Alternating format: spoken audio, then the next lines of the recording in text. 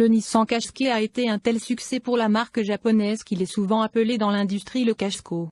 À l'époque, ses principaux rivaux étaient des modèles comme le Toyota RAV4 et le Honda CR-V, mais aujourd'hui, le marché regorge de multisegments et de VUS désireux de saisir une part de l'action.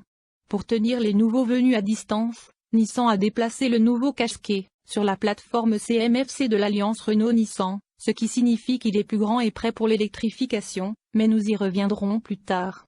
Nous avons demandé, mais Nissan Maroc est toujours en train d'aiguiser ses crayons et de saisir des chiffres dans des feuilles de calcul. La voiture de la génération précédente, actuellement épuisée, commence à 260 000 dirhams marocaines avant les coûts sur route en Australie, mais il est prudent de dire que les prix augmenteront probablement pour le nouveau modèle. Les versions ST et les types plus performantes de l'ancien modèle commencent à pousser au nord de 350 000 dirhams marocains. Et c'est probablement là que cette variante Tecna de haute qualité, ou quel que soit le nom de l'équivalent australien, va s'asseoir. Pour référence, le Tecna commence à 300 000 dirhams marocains. Assis en dessous uniquement du produit phare Tecna Plus à 345 000 dirhams marocains. De toute évidence, les taux de change actuels empêchent une conversion plus précise des prix. Cela dit, un Tecna avec CVT à un prix conforme aux spécifications équivalentes y a un des Tucson et Peugeot 3008 au Maroc. Les points forts à l'étranger incluent des phares à LED, ultra minces à l'avant avec des lumières à effet optique gouttes de pluie à l'arrière, un système d'infodivertissement de 9,0 pouces disponible et des écrans d'instruments numériques de 12,3 pouces, un affichage tête haute de 10,8 pouces, une climatisation à 2 zones avec arrière-bouche d'aération, caméra à 360 degrés. Siège en cuir matelassé et système audio haut de gamme Bose. Nous avons mentionné plus tôt qu'il est plus grand, mesurant jusqu'à 4425 mm de longueur, soit 31 mm de plus que le modèle sortant. Il est plus large de 29 mm et plus haut de 30 mm, mais le chiffre le plus important est l'empattement, qui est plus longue de 19 mm, 2665 mm. Cela se traduit par plus d'espace intérieur pour ceux à l'avant et, surtout, pour ceux assis à l'arrière, qui ont plus d'espace pour la tête et les jambes. Le coffre gagne également en espace, avec 50 litres de plus qu'avant, 480 litres. Plus sur l'intérieur plus tard. Bien que personne ne l'ait encore soumis au test de collision habituel, nous nous attendons à ce qu'il fonctionne bien.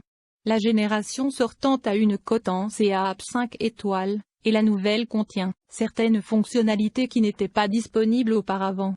Quelques systèmes émettent beaucoup de bips, comme l'avertissement de sortie de voie qui devrait vraiment s'appeler rester exactement entre les lignes au millimètre où je vais biper follement à votre avertissement.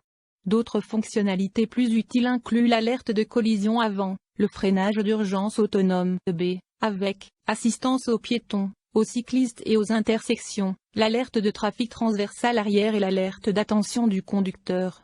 Il y a aussi la sélection habituelle d'airbags, d'ancrage de siège enfant Isofix, d'aide au démarrage en côte, etc. En tant que voiture familiale, elle devrait être aussi sûre que tout. Si vous n'êtes pas allé dans un Qashqai depuis un certain temps, vous serez surpris de voir à quel point tout est devenu haut de gamme. Notre voiture d'essai avait un somptueux cuir bleu foncé, un écran d'instrumentation numérique et un grand système d'infodivertissement à écran tactile. Tout est très confortable, avec une belle disposition et tout facilement à portée de main. Le Qashqai est un peu plus gros comme nous l'avons dit plus tôt, et c'est vraiment perceptible à l'intérieur. Depuis le siège du conducteur, tout semble beaucoup plus grand, un crossover moins compact et un SUV plus gros. La console centrale entre les sièges en particulier semble massive, une sorte de BMW massive.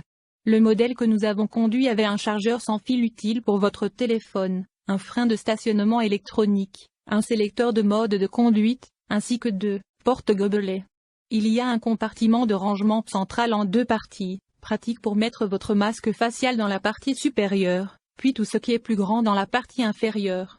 La garniture d'aspect bois noir piano brossé est jolie, mais comme c'est souvent le cas, nous nous demandons si quelqu'un a réellement passé du temps à vivre avec et s'il l'a nettoyé, le toc et l'a essuyé toutes les 5 minutes pour enlever les traces de doigts. Il n'y a pas beaucoup de personnalisation dans l'affichage numérique avec un seul thème plutôt fade, mais vous pouvez simplement regarder l'affichage tête haute qui s'élève du tableau de bord pour vous donner également toutes les informations essentielles. Le toit ouvrant panoramique en option rend l'intérieur léger et aéré, bien qu'il y ait un panneau assez épais juste devant, sur lequel je me suis cogné la tête à quelques reprises chaque fois que je m'asseyais dans mon siège. Les sièges eux-mêmes ont beaucoup de réglages et un bon soutien lombaire, et il est facile d'obtenir une bonne position de conduite. Les sièges arrière ont également beaucoup d'espace, et lors d'un voyage longue distance, nos deux enfants, dans leur siège pour enfants, étaient confortables et ont aimé qu'il soit facile pour eux d'atteindre les interrupteurs de fenêtres. Ils avaient également un espace de rangement pour les affaires des enfants, bouteilles d'eau et autres, qu'ils pouvaient atteindre facilement. Il convient également de mentionner les portes passagers arrière ouvertes à 90 degrés, ce qui facilite l'entrée et la sortie des enfants. Vous voudrez cependant être prudent dans le parking du supermarché par temps venteux. Le coffre est spacieux avec deux panneaux de plancher qui peuvent être ouverts ou retirés pour des objets plus volumineux ou pour cacher des objets. C'est génial si vous voulez un endroit sûr pour mettre un sac d'ordinateur portable par exemple. Comme indiqué précédemment, la zone de coffre du nouveau Qashqai a augmenté de 50 litres pour atteindre 490 litres en configuration à 5 places, ce qui est plus qu'un Mazda CX-5. Rabattez les sièges arrière et il y a jusqu'à 1422 litres sur le toit. Dans l'ensemble, l'intérieur est un endroit confortable et haut de gamme avec juste ce qu'il faut de technologie et de luxe pour s'assurer qu'il coche toutes les cases en tant que grand multisegment familial. Sous le capot du modèle européen se trouve un moteur à essence turbo-compressé de 1,3 litres avec une assistance hybride légère, mais nous ne savons toujours pas ce que le Marocain obtiendra avec certitude. Automoto Maroc a précédemment signalé l'essence Atmo 2,0 litres actuelle de 106 kW et 200 Nm, ou une version révisée, sera probablement conservée au moins dans les grades inférieurs, avec la prochaine version hybride étendue de la gamme e-POE de Nissan, un démarreur probable plus haut dans la gamme plus tard en 2022. Qu'est-ce que POE? Dans le Qashqai, le système e-POE associe un moteur électrique de 140 kW et 330 Nm à un moteur à essence de 1,5 litres de 115 kW. Le moteur à essence n'est pas utilisé pour entraîner les roues. Au lieu de cela, il agit comme un générateur pour recharger la batterie lithium-ion alimentant le moteur électrique. Selon Nissan, il s'agit d'une forme de prolongateur d'autonomie qui apporte le meilleur des deux mondes, une progression douce et silencieuse du moteur électrique et une croisière efficace et longue distance grâce au générateur à essence. Quand nous saurons ce qui arrive en Maroc, vous le saurez. Quoi qu'il en soit, revenons au groupe motopropulseur hybride léger turbo de 1,3 litres de cette voiture aux spécifications britanniques. Ne vous excitez pas trop, car ce n'est pas un véritable hybride. Il dispose d'une batterie lithium-ion 12 volts qui est à peu près aussi puissante que celle de la voiture radiocommandée de votre enfant, mais les responsables du marketing en sont ravis.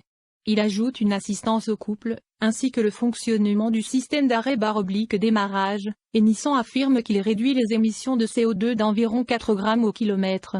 Le marché britannique propose actuellement le turbo hybride doux de 1,3 litres dans deux états de réglage.